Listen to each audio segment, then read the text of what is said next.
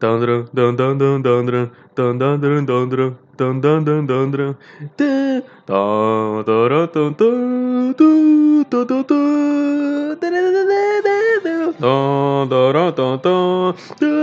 Os direitos autorais eles não deixaram eu postar a musiquinha da Marvel, então tive que dublar esta porra. Vai tomar no cu. Vai tomar no cu! Se o episódio 2 nos deu um gostinho dos Overlords, o 3 acabou dando ainda mais. Então senta aí e se prepara porque esse episódio só nos levou um passo à frente na guerra entre o céu e o inferno.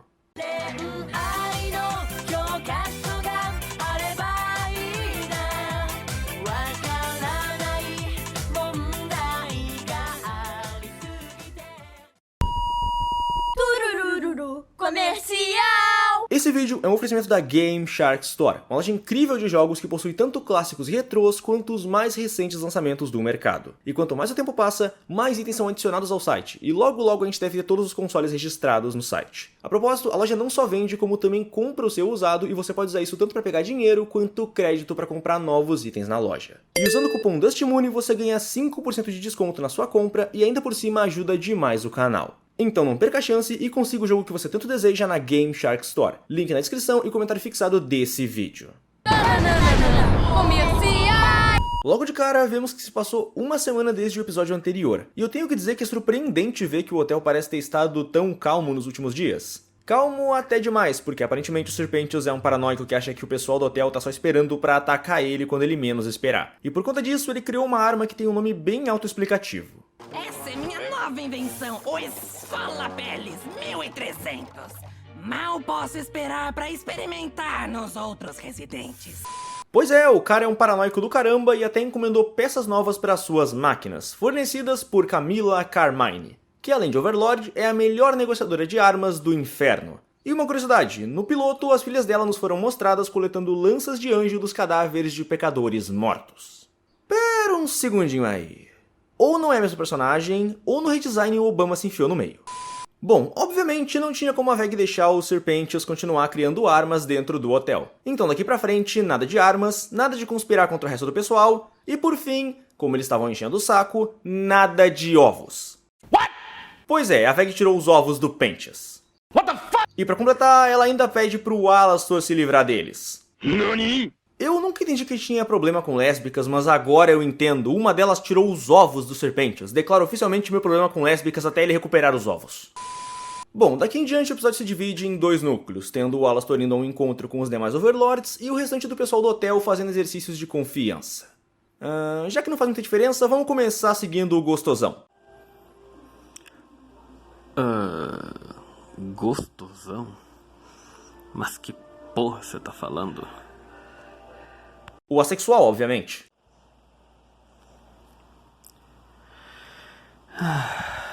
Tá bom. Tá bom. Ok, seguindo por esse caminho, nós acompanhamos o Alastor indo porque mais pra frente seria revelado como sendo uma reunião de Overlords. E no caminho, ele se depara com o Zestial, o Overlord mais antigo do Anel do Orgulho. E eu devo dizer que foi muito interessante ver o Alastor interagindo com um Overlord que ele respeita ou com o qual ele pelo menos se dá bem. Afinal, já vimos que com o Vox a história é bem diferente, né? Já tem 7 anos! Ainda tá pudinho que ele quase te arrebentou?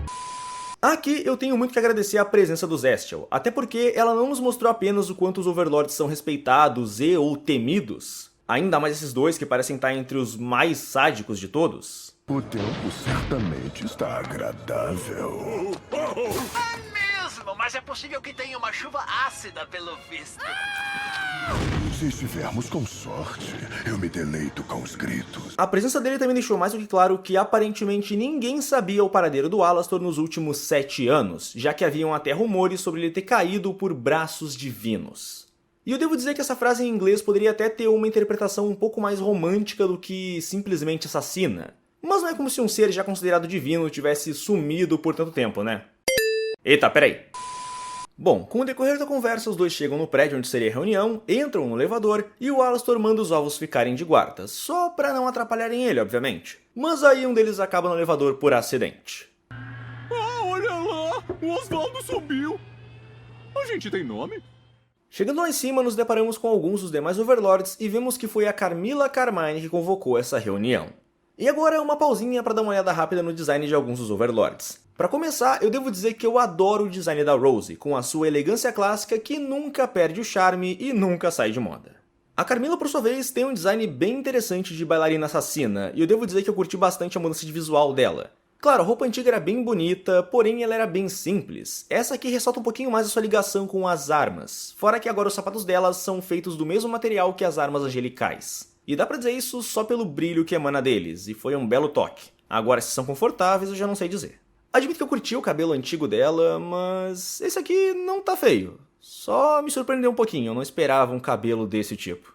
Ah sim, e mais um design interessante a comentar, eu preciso falar da Messizilla. Ela é um demônio dinossauro com um design gritantemente chamativo, e no quesito de força física bruta pura, ela facilmente é a mais forte dentre os Overlords. Até porque aqui eu tô desconsiderando magia, contrato de almas e tudo, apenas força física bruta na forma padrão. Fora um último detalhe, vocês repararam naquele rabão de Raptor? Que coisa mais linda! Ah, foi mal, é que eu tenho uma quedinha por caninas e reptilianas, se bem que felinas não deixam em nada a desejar, né?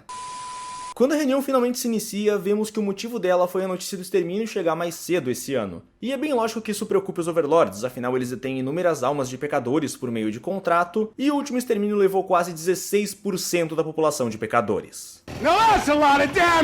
A Carmilla já dá seguimento à reunião dizendo o que seria o mais prudente a se fazer, pelo menos na visão dela, só que aí a Velvet chega e banca desrespeitosa e irreverente. E quanto aos demais Vs, eles só não apareceram porque, segundo ela, eles têm coisa melhor pra fazer. E quanto ao Vox, possivelmente ele só não quer correr o risco de cruzar com o Alastor tão cedo, até porque da última vez não acabou muito bem pra ele, né? Ah, você perdeu.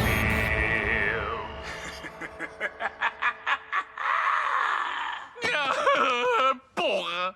E na penúltima também não. Ainda tá putinho que ele quase te arrebentou? Bom, depois da Velvet atrapalhar um pouquinho, a reunião poderia prosseguir, só que aí a coisa complica ainda mais quando a Velvet interrompe a reunião mais uma vez, dessa vez mostrando a cabeça decepada do Exterminador que vimos morto no fim do primeiro episódio.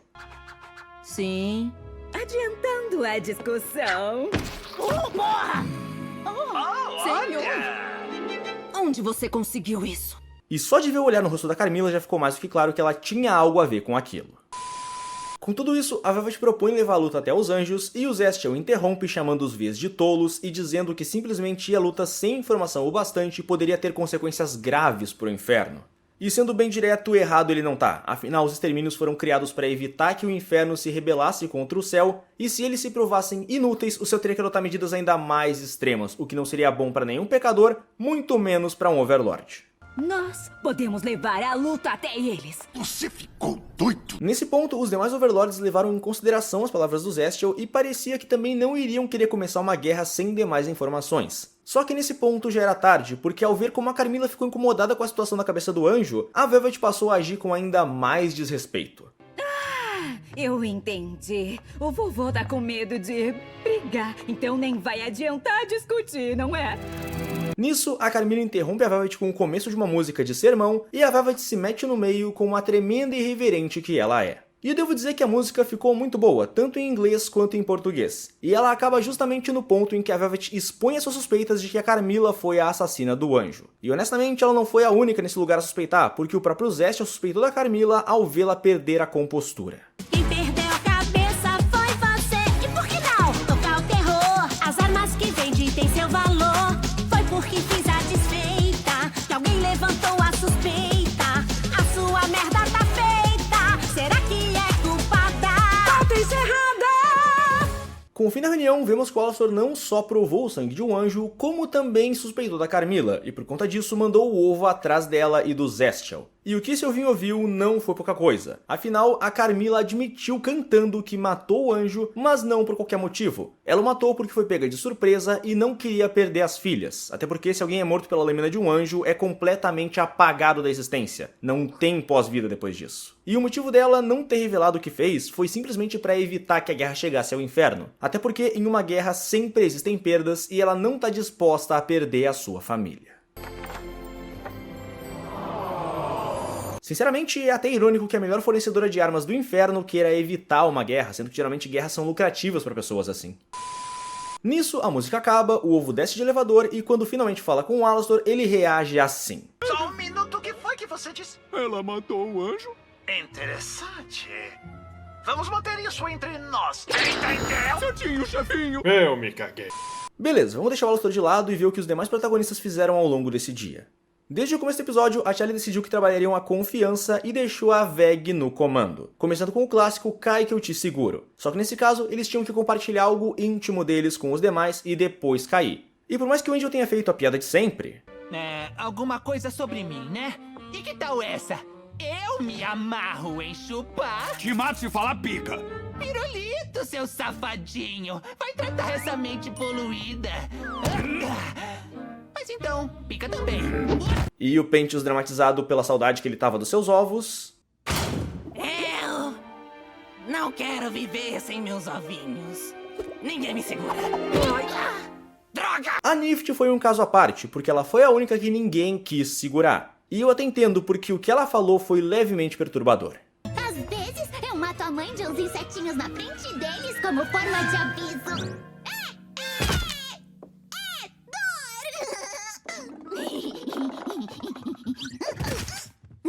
É dor.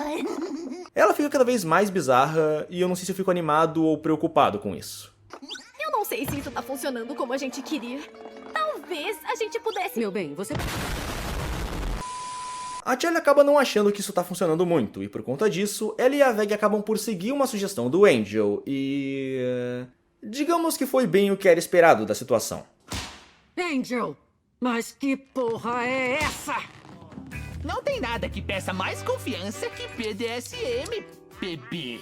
Não tem laço mais apertado que o feito por bondagem. É o lema dos caras. Eu honestamente não sei porque alguém esperaria algo diferente. Pelo menos o Husk tava curtindo a massagem, até a Nift bancar a Nift e fazer ele mudar de ideia na hora. O que te faz pensar que isso é bom pra gente? Quer saber, isso não é tão ruim. Eu tô pronta pra virar alguém do avesso. Esquece, eu tô fora. Bom, com tudo isso, a Veg decide tomar as rédeas da situação e decide que vai ensinar a confiança pra aqueles quatro do jeito que ensinaram pra ela. E eu admito que fiquei surpreso com o método que ela usou. Foi assim que você aprendeu a ter confiança! Eu posso fazer isso o dia todo! Vai dentro, vadia! Não existe nada mais forte do que a confiança entre dois soldados. Sem gracinha, mariquinhas, porque hoje vocês vão se tornar homens. Veg, não! Só assim eles vão aprender, Charlie. Não, assim não. Tem outras formas. É só ver com o tempo. Tempo que não temos. Quantos extermínios vão rolar até que esses caras finalmente caiam na real? Quantas vezes nosso povo vai morrer antes de fazermos a diferença?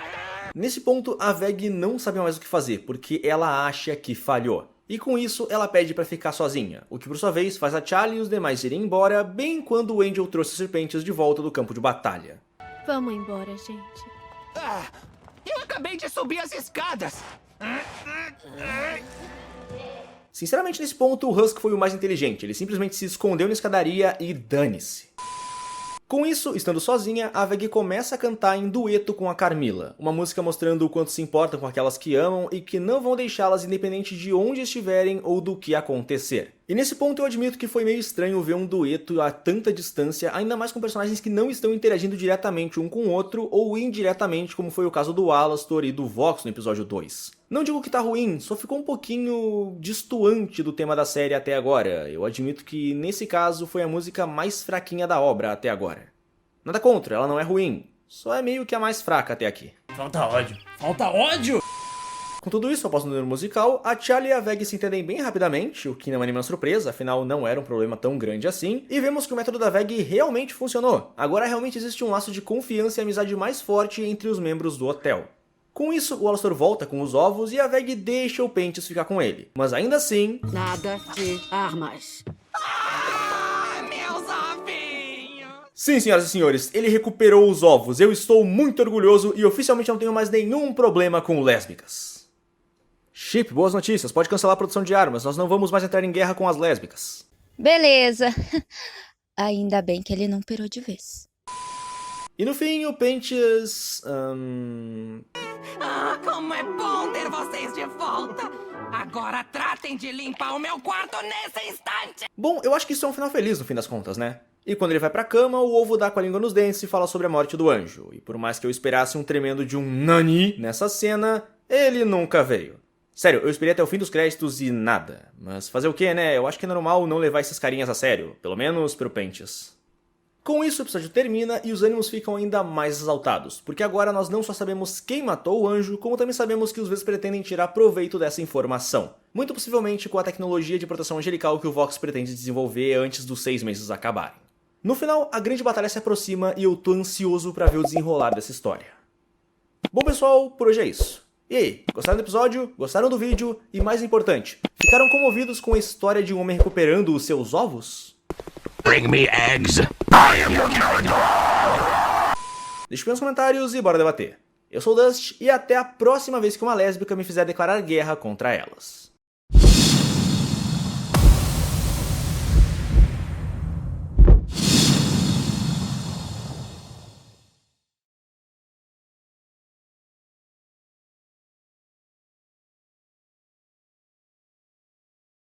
Eu posso trocar umas palavras com você. Você notou que eu... Dust. Tu ficou completamente louco! Mas como assim? Olha pra ele.